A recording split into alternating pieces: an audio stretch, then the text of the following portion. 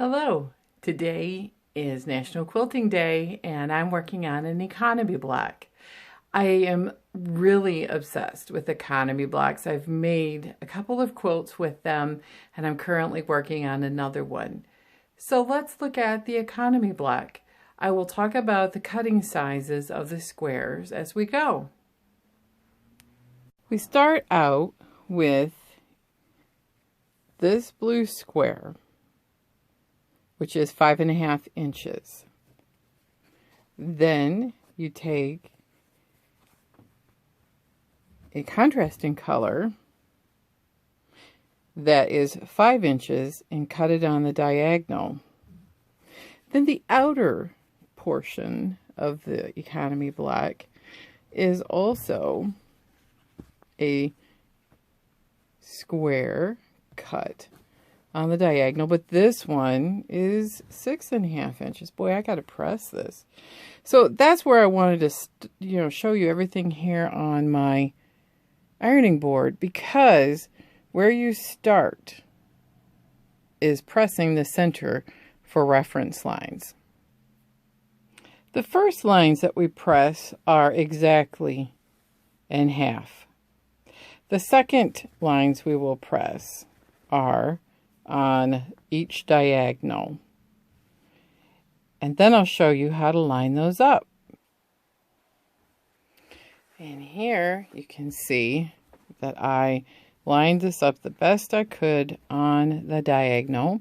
I pressed it, and now you will see all of the pressed reference lines, both on the diagonal and on the center of the block. So the first row is we are adding the orange half square triangles, and we're going to add one to the top and bottom, right sides together. But where I line this up is, because the triangle is longer than the square, I used to be confused on how to line it up. Oh, let's see. The shadow is being cast. So let's pull it over here. And you can see that I'm putting the tip of the triangle right on that center pressed seam. And it doesn't matter that it is hanging off on the edges. We'll line it up and sew it. And then we are going to do the same with this particular triangle. And I will line it up after this one is sewn, and doing the same thing. And then I will continue on the side. I'll show you what it looks like after you add the top two triangles. So it's very important at this stage to clip these dog ears. And I don't do anything more than just nip them off with the scissors. And keep it, fairly straight. And then we will add the next two triangles after a good press. This is one of those blocks where I really am more comfortable using an iron and pressing it each seam.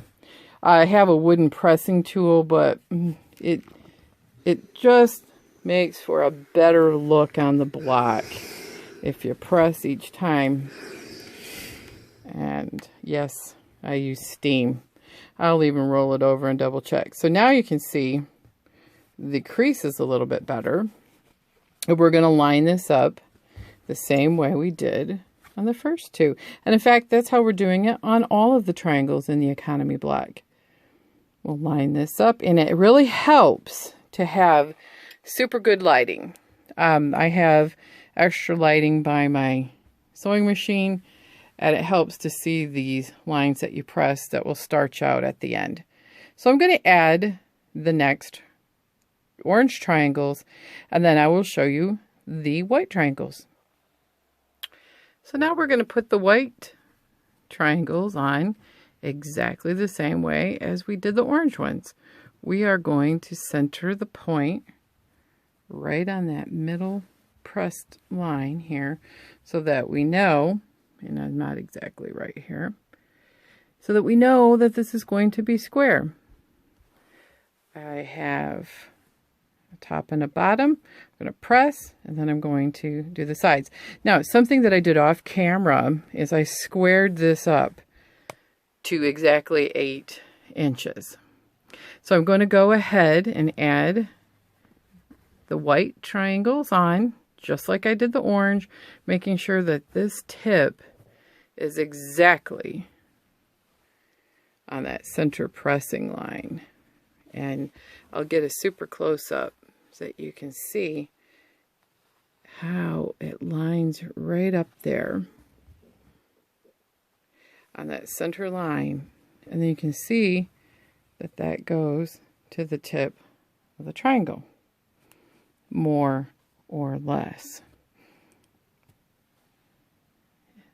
And that will be our economy block. I'll bring it back when I have added the white triangles, and I'm going to skinny trim the dog ears off and make the edges super straight. And I'll show you what it looks like done. I'm going to spray this with a little old-fashioned starch. Now in this round, I did some sliver trimming here, and then once I was done getting it all straight, then on this row I went through and took off the dog ears.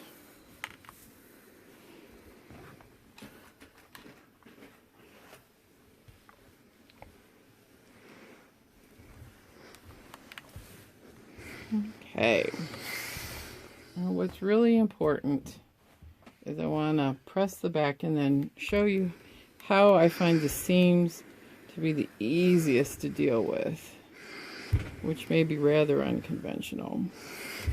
But between the steam and the starch, it takes away the press circles for the most part. And sometimes if I really want to be sure, I'll spray the center again on the back.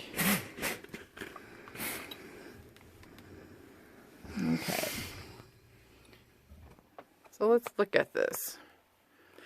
The back, as my grandma used to say, should look as beautiful as the front.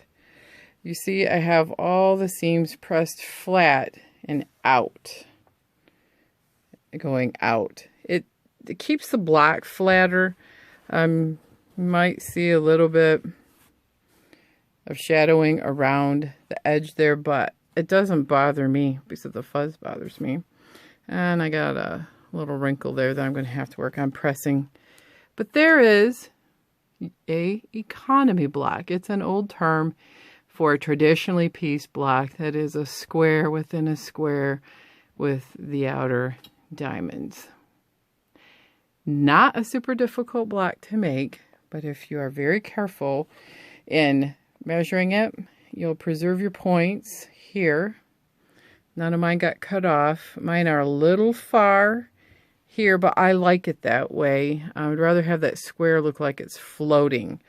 If you really want to get a tighter fit on the middle, you can bring your seam in way closer to this tip on the 1/4 inch, but I'd rather have it floating than having the tips. Preference, because these tips can get cut off real easy, and that to me looks worse. So there is my version of the economy block. I want to thank you for joining me and watching this tutorial.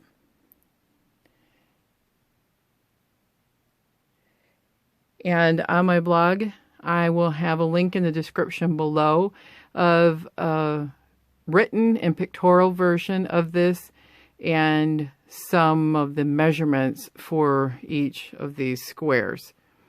All right, thank you, and everyone have a most wonderful National or International Quilting Day.